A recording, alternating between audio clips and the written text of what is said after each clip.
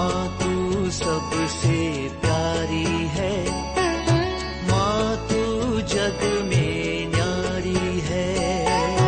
माँ तू सबसे प्यारी है, माँ तू जग में न्यारी है।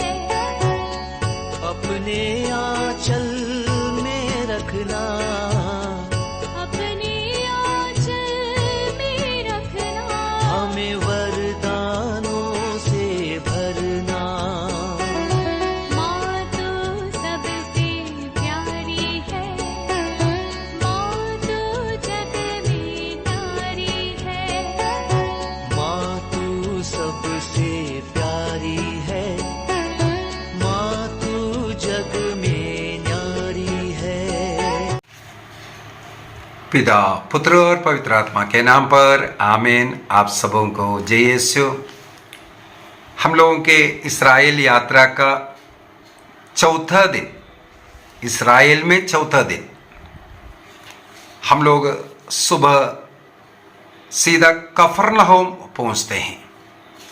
कफरनहूम को सिटी ऑफ जीसस कहते हैं, यीशु का नगरी कहते हैं। नॉर्थ इस्राएल भाग, पूर्व में भी मनन चिंतन किया, गलीलिया के क्षेत्र है।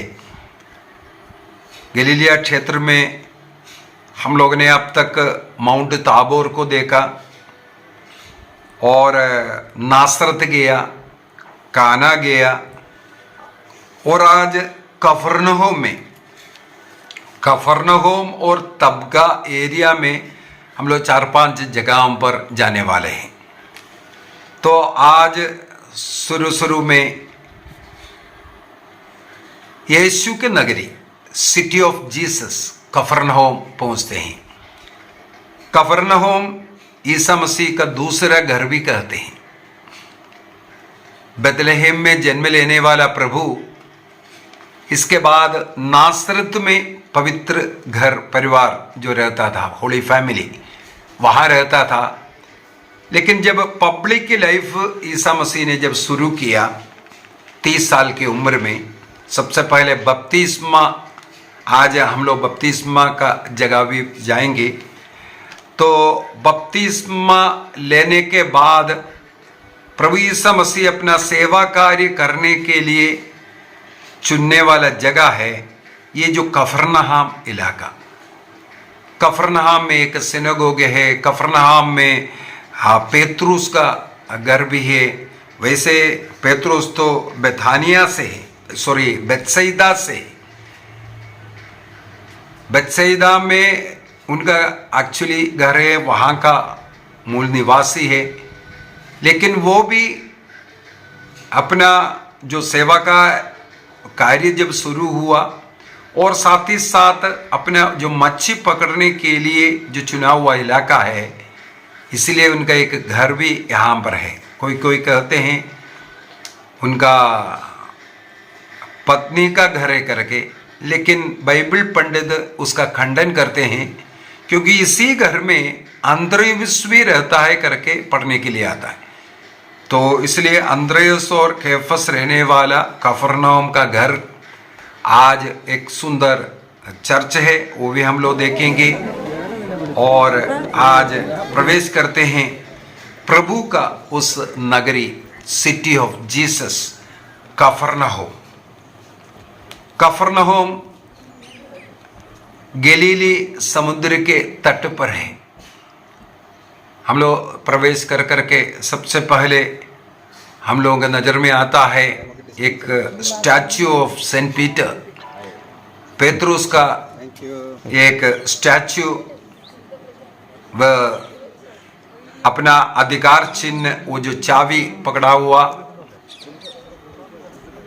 और पीछे साइड में गलीलिया, जो गलीली समुद्र है। ईसा मसीह पब्लिक लाइफ शुरू करते यहाँ शिफ्ट किया। इस क्षेत्र में ईसा मसीह ने जितने भी चिन्ह चमत्कार दिखाए, उसका 70% चिन्ह चमत्कार सब इसी क्षेत्र में किया है। चाहे पेतरुस की सास माँ का चंगाई हो और दाग रोगी की चंगाई हो, जो 12 साल से रक्तस्राव से पीड़ित महिला की चंगाई हो, इस प्रकार नाना प्रकार का चंगाई चमत्कार दिखाने वाला एक जगह है ये कफरनहूम। और ईसा मसीह ने मार्कुस के सुसमाचार के अनुसार अध्याय 1 को पढ़ेंगे, जो पहला शिष्य लोगों को बुलाने का जगह भी यही है। इस कारण जहां पर संत पेत्रुस का घर था, उस घर पर आज the memorial church of Saint Peter बना हुआ है। पेत्रुस यहां का सबसे बड़ा एक मछुआ था और वो ईसा मसीह ने उस मछुआ को मनुष्यों को पकड़ने वाला बड़ा वाला मछुआ बनाया। कफरनहूम में एक फ्रांसिस्कन मोनास्ट्री है, उसके अंडर में यहाँ के ये जो मेमोरियल चर्च स्थित है। इस चर्च को बनाने वाला आर्किटेक्ट इल्दो अवेटा नाम का आर्किटेक्ट है। ये वाला जो चर्च 1989 में इस चर्च का निर्माण हुआ। यहाँ निर्माण के पूर्व में जब खुदाई वगैरह कर करके देखा तो आदिम काल का ही अनेकों घरों का खंडगर यहाँ से मिला है, जिसमें से एक कहा जाता है पेत्रुस का घर था और उस स्थान पर एक चर्च बाइजेंटाइन टाइम पर बनाया हुआ था। इसका मतलब सबसे पहला पेत्रुस ने अपना चर्च यहां पर अपना घर को बनाया। इसी चर्च को दुनिया का सबसे पहला चर्च कहते हैं। कफरनहूम में पेत्रुस का घर, पेत्रुस ने चर्च बनाया, वही दुनिया का सबसे पहला चर्च है। और उसी के ऊपर 5th सेंचुरी में, 5वीं सदी में बाइजेंटाइन्स जो काल में यहाँ पर एक ऑक्टागोनल चर्च बनाया गया है। उसका खंडहर भी देखने के लिए मिला, जो 5th सेंचुरी में जो बनाया था। ऑक्टागोनल चर्च का मतलब है 8 साइड, उसका 8 साइड या 8 फेस का ये अर्थ है अनादि अनंत ईश्वर को दर्शाने के लिए, दिखाने के लिए ये 8 स्थान। हमें मालूम है पृथ्वी का जो 4 साइड है उसको फर्दर डिवाइड कर करके 8 साइड कहते हैं। तो पूरे संसार में रहने वाला वो प्रभु, उसको दर्शाने के लिए 8 साइड वाला चर्च का निर्माण बाइजेंटाइन समय पर बनाया।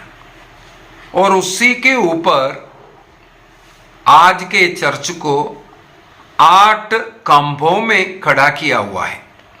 8 खंभों में उसी चर्च को खड़ा कर रखा है। और उसी प्रकार 8 इसमें भी फेसेस है। और दूसरी बात है 8 आशीर्वाद, उसको भी ये दर्शाता है। 8 साइड ये जो चर्च का जो है। और उस चर्च जो ऊपरी भाग में एक बहुत सुंदर चर्च है, नीचे जो साइड है पुराना जो घर का खंडहर और बाइजेंटाइन समय का जो चर्च, ये सब यहाँ नीचे हम लोगों को दिखाई देता है। ईसा मसीह ने 70% चमत्कार चिन्ह सब यहाँ दिखाया, लेकिन यहाँ के निवासियों में उतना विश्वास नहीं आया। प्रभु ने इस जगह के विषय में बोला, नबियों को अपने ही घर में आदर नहीं मिलता है करके।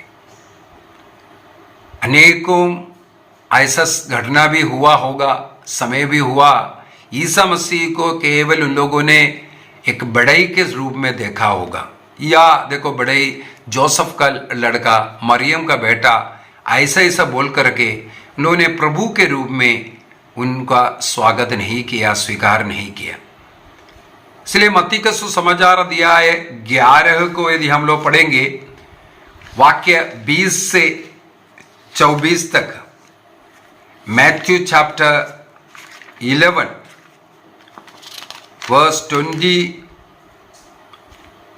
से लेकर के पढ़ते हैं। तब ईसा ने उन नगरों को धिक्कारने लगे जिन्होंने उनके अधिकांश चमत्कार देखकर भी पश्चाताप नहीं किया था।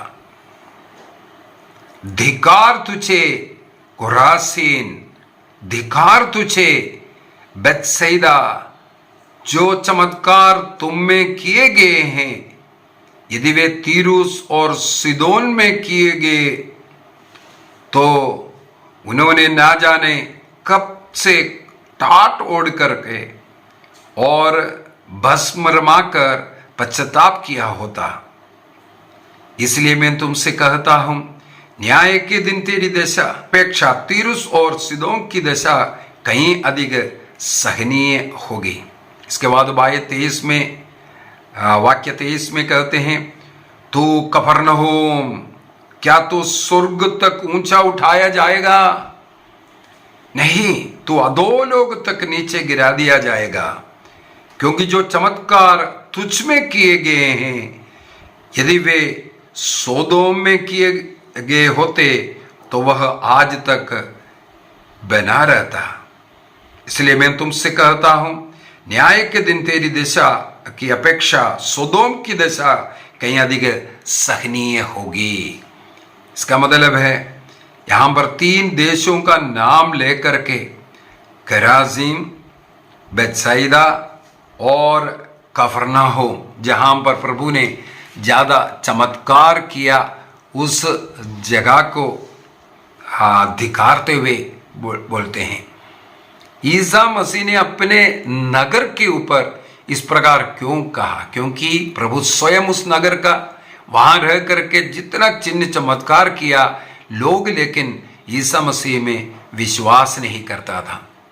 यूहन्ना का सुसमाचार अध्याय 1:44 को अगर पढ़ेंगे, बेथसैदा जहां प्रभु ने धिक्कारा, उस जगह से पेत्रुस, आंद्रेयोस, फिलिप, बर्तलोमियो सबको बुलाता हुआ हम लोगों को मिलता है। जॉन चैप्टर 1:44 वहां पर सब, और ईसा मसीह स्वयं इस चर्च के जो बगल में हम लोग देख रहे हैं, वो जो खंडहर है, जो खड़ा हुआ जो बिल्डिंग जैसे, वो पुराना सिनेगोग है। ऊपर का इसको वाइट सिनेगोग भी तो कहते हैं। इसके नीचे वाला जो ब्लैक वाला पोर्शन जो दिख रहा है, वो ईसा मसीह के समय का जो सिनेगोग का भाग है। ईसा मसीह के समय का सिनेगोग, ईसा मसीह जहां जिस सिनेगोग में बैठ करके पढ़ाया वो है। और साथ ही साथ इस सिनेगोग से करीब 30 मीटर दूरी पर पूरा खंडहर ही है, जहां पर ईसा मसीह रहता था वो घर।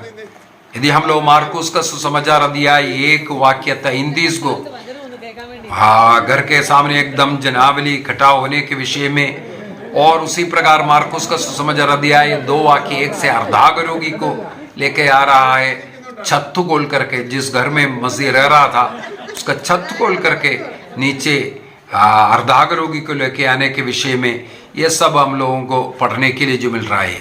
इस प्रकार बहुत चिन्ह चमत्कार लोग इकट्ठा हो रहा था, लेकिन ईसा मसीह को मुक्तिदाता के रूप में स्वीकार करने में ये पीछे हटा। इसी कारण इस नगर को सब प्रभु ने धिक्कारा।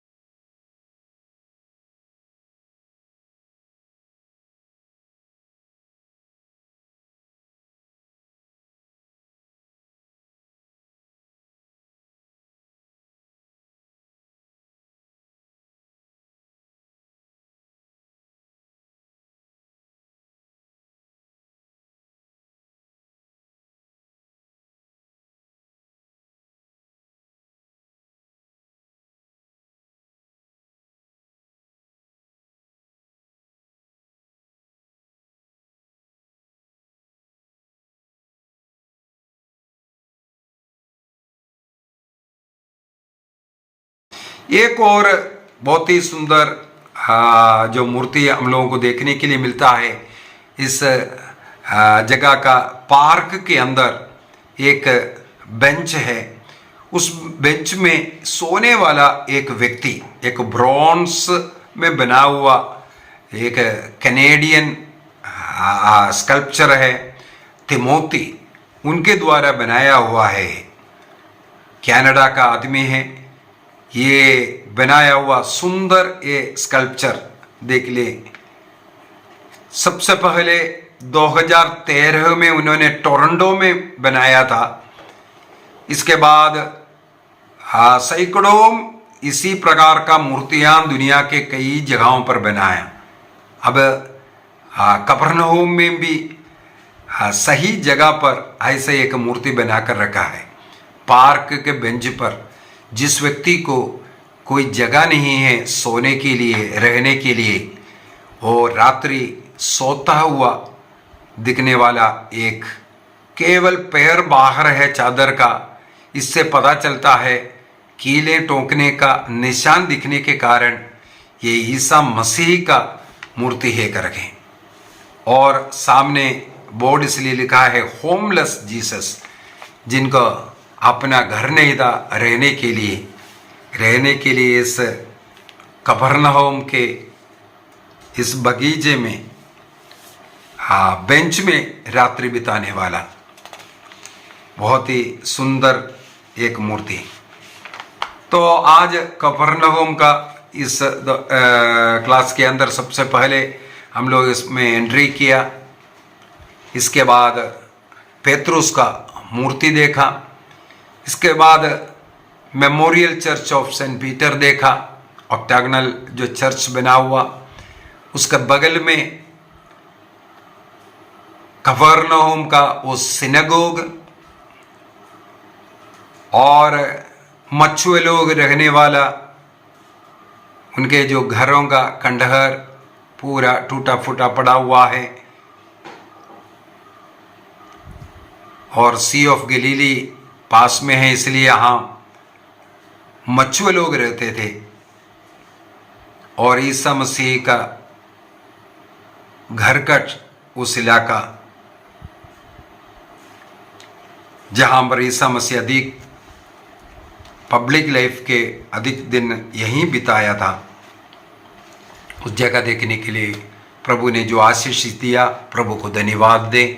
आंखें बंद करें, प्रभु को धन्यवाद देते हुए प्रभु की स्तुति करें। प्रभु के वचन को समझने और उस जगहों को देखने प्रभु ने हमें जो समय दिया, धन्यवाद दीजिए। पिता, पुत्र और पवित्र आत्मा के नाम पर आमीन। आप सबों को जय यीशु।